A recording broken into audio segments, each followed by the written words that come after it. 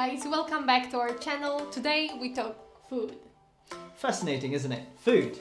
We need it, we crave for it, we fight for it, but yet we know very little about it. Have you ever experienced constant lack of energy, struggle with daily activities, that your brain was fogged and you couldn't be productive at work?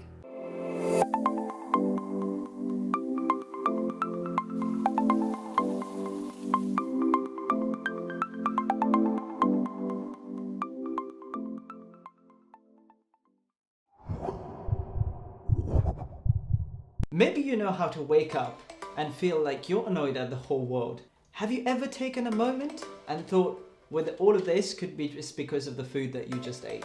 Food is a very powerful weapon. It's the fuel to your body. Daily functions are dependent on this. This is why food defines the quality of life that you live. Secondly, as much as food can bring you down, with the same power can bring you back to life and cure many conditions. That is why it's very important to make every day, every single moment, informed and educated food choices, because the truth is, everything what you eat either make you more healthy or less healthy. That's right, there is no food which is natural, there is no food which is a Switzerland.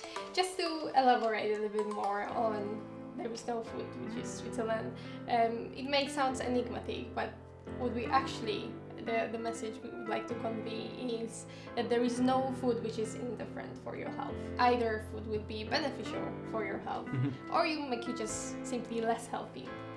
Yep. It's lucky. And Vera here. Every week we spill out valuable tips, tricks and hacks on happy and healthy lifestyle. If you haven't already, please subscribe. And if you're really interested, click that bell icon so that you can follow us throughout this journey. And guess what? We're on Instagram too, on which you can see workout routines, recipes and inspirational posts. So go ahead and you give us a follow if you like the Instagram account and join this community. So in this video we want to cover the roles and the benefits of food, why it's so difficult to make those informed food decisions in today's world, and ultimately, or how food is connected to the other elements of the complete formula, which is gym and mind. So the basic purpose of food, as everyone knows, it's a source of energy. But however, if we look back a few hundred years ago, we didn't have access to medicine for every simple ache, illness, a headache or whatever that may be. So food serves three purposes. It's a source of fuel, it's a source of medicine, and it is also a defense. Number one, food is fuel. It fuels your cells, brain and your mind, and it gives you the ability to function on a daily basis. So if you really think about it, you're not very far from saying you are what you eat. So the whole point about emphasizing that food is fuel is the fact that you need to choose whole foods which are balanced, moderated and very dense in nutrition, so that it will provide you the energy to get through that day and overcome the breakdowns or to avoid feelings of tiredness or lack of energy. Okay, so second point, which is food as a medicine. The crucial thing to understand from this statement is that food can cure and reverse many conditions like diabetes, obesity or insulin resistance. But on the other hand, what is even more important, the food can cause these as well. As you can see, this is simply a vicious cycle, and your health depends on the food choices you make every day. As we mentioned before, the food you eat either make you less healthy or more healthy. The problem we have nowadays is that conventional medicine treats the symptoms but not the root causes. By understanding how our body functions and that sugar, stress and the processed food is an underlying cause for epidemics like obesity, we would be able to reverse these conditions and definitely decrease the amount of prescribed medicine every day. Feels light on your wallet too. Number three, food as a defense. Did you also know that food is the first line of defense against most of the environmental diseases that we've introduced to our world today? And these ranging from a cancer to your common cold. Let's take two examples of food, turmeric and ginger.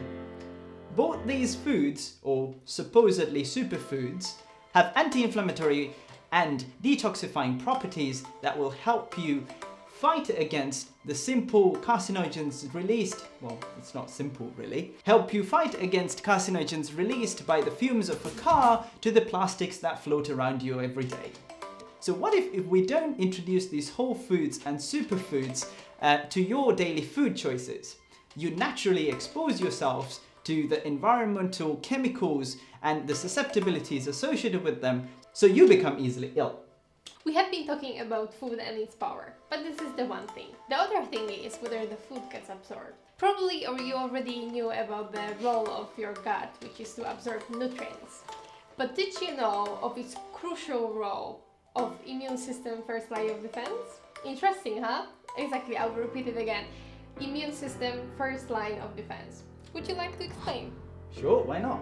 I think the first thing to emphasize is that the food that you eat goes a bit further down than just your stomach, and it enters your small intestine. At this point, it is still outside your body. Huh? Counterintuitive, isn't it? But that's how it is. So this is the exact place where a decision is made about what to be absorbed and what to be gotten rid of as your, As you probably know. So the waste gets removed. So the first interaction for the most of the food that we eat is the small intestine. And that is why we emphasize that this is the first line of defense. As you might imagine, the food that we eat are riddled with viruses, bacteria, and pathogens and chemicals given the environment we live in. So your intestine acts as the first filter across all of these bacteria, vitamins, chemicals and pathogens and decide what to be absorbed and what not to be absorbed. So now let's get into the complications and the challenges associated with making food choices. What we want you to take away from this video is actually that in 21st century, proper nutrition is not that obvious and straightforward. Because of the amount of information we are fed every day, and on the other hand, the food industry wants to earn more and more money, we are simply confused. Even before recording this video, I ran a random search on YouTube and I found incredibly misleading information on how high sugar diet can reverse the symptoms of insulin resistance or even diabetes. Not to mention any other misconception on basic facts of nutrition which are widely spreaded in very accessible documentaries, like for example What the Health. You might watch it, you may know. Let us know in the comments below whether you came across of such misconception or you were just simply confused. So how do you actually sift the truth? How do you rely on this myriad of information that you get on a daily basis? One of the few things that we tend to consider when we look at a documentary like Vera mentioned or a research paper is who is the sponsor of this particular research. Most of the research today is sponsored either through big fast food chains or pharmaceutical companies with an agenda in mind, so which naturally skews the data and the research associated with it. And in addition to that, we also tend to consider the research methodology that goes into the research study. For example, if it was a simple questionnaire going down to a university and asking a bunch of students whether you like to eat carbs or whether you eat carbs before 9 p.m. wouldn't necessarily translate into a solution to say, oh, carbs are bad for you. And one of the riveting problems across all of these researches is that it's trying to answer a question that is already wrong. Examples of such questions range from, do carbs make us fat? Do fats make us fat? Should you or I go on a low-carb diet? Or in a few years' time, you'd get another research paper trying to answer whether you should go on a low-fat diet. And ultimately, what we're trying to get through at, from the point of sponsoring a particular research to the question they answer to the specific methodologies that you use on a research, is the fact that you will not get to a comprehensive and a sensible answer if you do not paint a bigger picture. So let's start from an example. See what happens when you start focusing on macronutrients. It is nonsense to compare the same volume of broccoli to the, piece of a cookie, which has the same amount of carbs, or the pile of sugar to the banana. Even if this is exactly the same amount of carbs or fat, it doesn't mean it's the same. It's completely different food, packed with completely different nutrients. You may ask why. I will give you 3 factors. First of all, lack of nutrients, inflammatory ingredients, and poor satisfaction and satiety. Simply it means that when we decide to count macros, we actually count processed food or junk food as just the food, but it shouldn't be a case. We shouldn't be considering processed food or junk food as an option. So we simplify food to carbs, fat, and proteins. And given that we are already scared of high sugar, high fat products, we tend to choose the ones which are labeled sugar-free, low fat, low sodium, gluten-free. So my question is, if this is everything free, do you actually know what you're eating? Just like focusing on macronutrients, focusing on a caloric intakes has its own challenges and disadvantages. The premise of counting calories would naturally mean that you eating a grass-fed sirloin steak is equal to the same meat that's shoved into a McDonald's bun, which I don't think is the case. So to expand on it, if you were to have whole food versus caloric-based counted food, the biological response or the biological satisfaction and the perceived satisfaction are completely different. And that could translate into different leptin responses, different serotonin responses, different mood swings, different satiety factors, and the list goes on. And funny enough, I don't think the body is programmed in a way, or we're not calculators, boop, boop, boop, boop, kind of calculating calories in, calories out. That's not how our body works. It's a much more complicated vessel than that. For all that said, all what we were trying to say is if you ate some food and you feel satisfied, that's a testament to the quality and the whole food nature of the food that you just consumed. So to reiterate what we've just said, focusing your diet on counting either macros or calories allow you to even consider junk food as a dietary option, when indeed this is the biggest cause of insulin resistance, obesity, diabetes, and many more health-related conditions. Flavor enhancers like MSG, emulsifiers, colorants, sweeteners, preservatives. Did I miss something? No, I think all the E's at every single label that you can find on your food.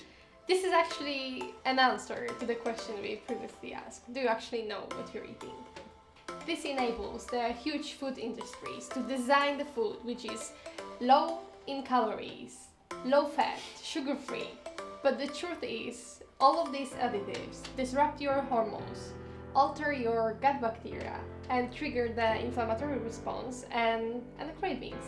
The long list of complications are slowly coming to an end. So if we continue to answer these silly but nonsensical questions such as, is fat bad? And a medical professional or the flawed research is going to come out and say, yes, fat is bad, the food industry responds very quickly. You go to the supermarket and you're going to see a fat-free set of brand new products which people then believe in.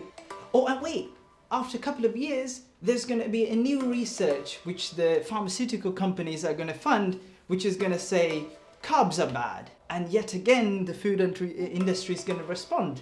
And then you're going to walk down to the supermarket and you're going to see a brand new area of new products which are low carb. Or sugar-free. Yep, and the funny part is all of these supposedly sugar-free products are just replacements via artificial sweeteners, which again, like Vera said, are quite disruptive to your hormone system, the way you function. It's not dense in nutrition, the list goes on. That is why, in the first place, you should eliminate from your diet the processed food, which contains ingredients that you can't even pronounce. Nature intended us to consume food in a whole form. All the minerals, vitamins, antioxidants, and enzymes work together in a synergy to provide for your body everything it needs. That's a relatively long but yet short list of complications that we find in the food industry. So in conclusion, rethink the research that you are using to make your food decisions. Do not count macros and calories, and avoid processed and junk food. And when you do actually make decisions, ensure that they are to purchase whole foods. That should allow you to move away from these complications and take your first step towards making sensible and healthy food choices. So in the third part of the video, we'll reveal the connection and how it all ties up. You may recall from our first video, we were talking about the three components, gym, food and mind, which are inseparable and intertwined at the same time.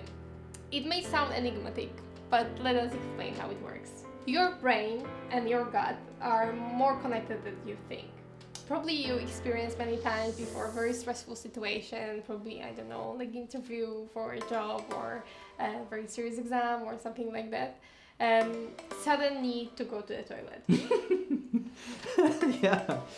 It happens because simply our body is preparing itself to deal with a very stressful situation and actually face the challenge. Our gut and our brain communicate with each other. You remember when we were talking about the crucial role of our gut, which is the immune system? Our brain is far away from what is happening on our first line of defense against all the viruses and pathogens. So simply our gut sends the message to our brain to let him know how we are today. Surprisingly, only 10% of information goes from the brain to the gut, but the remaining 90% of information goes from the gut to the brain. Every time when you wake up in the morning and you're annoyed or in a bad mood, think about the reasons and don't look in your environment, look within yourself. Ask you a question, what did you eat yesterday or whether it was late? So one of the takeaways you should think of, that the food you eat affect your mood and the whole well-being. And just one more surprising fact, the gut is actually a second brain. Yep, that's true. And it is a bundle of nerves, and for example, it's actually got higher levels of serotonin and melatonin compared to your brain. So let's also think about what the connection between our other component is. Simply said, food and activity that we introduce on a daily basis. Well, to start with, the food is a source of energy, as we mentioned. And for us to move and be active, we need a source of energy. That's kind of the more simple but yet very obvious connection. But I think we need to understand a little bit more beyond that simple connection if we were to actually work with these two elements in harmony. So for example, how do nutrients in your food affect your activity? Let's take sugar for an example. That it will dictate the level of intensity of your workout at the gym, or simply conversely, it will be the only reason that you don't want to go to the gym and curl up in your couch. Just like understanding the nutrients, you also want to understand how your food choices would affect your activity. How you could tailor your food choices so that you could support the type of activity or the lifestyle that you want to live. That is, this will allow you to balance your hormones, be active the way you want to be, have the right mood. So basically, the food choices that you make will have a very direct impact in terms of the type of activity you will introduce to your day, or the lack of activity such as sleep. Okay guys, so we are wrapping up our second video, which is general the importance of food. If you haven't already, please check out our first video, which is introductory video explaining what is the complete formula, and the second and the third one, which is about the gym and physical activity and about our mind. If you have any questions, please comment below. Probably we tackle a little bit like a little controversial topic, so if you want to ask some questions or share your experiences, do this in the comments below. Thank you very much for watching this video. It's been an absolute pleasure, and we hope that this video would help you make another small step towards that healthy lifestyle. And if you like this video and like the information we shared with you, please give us a thumbs up, because it really supports our channel and our take up with the journey. And maybe do you have anyone from your family, maybe from your friends or colleagues who would benefit from the content? So please send the link and share the video with them. Thank you very much, and we'll see you in the next video. See you. Bye bye.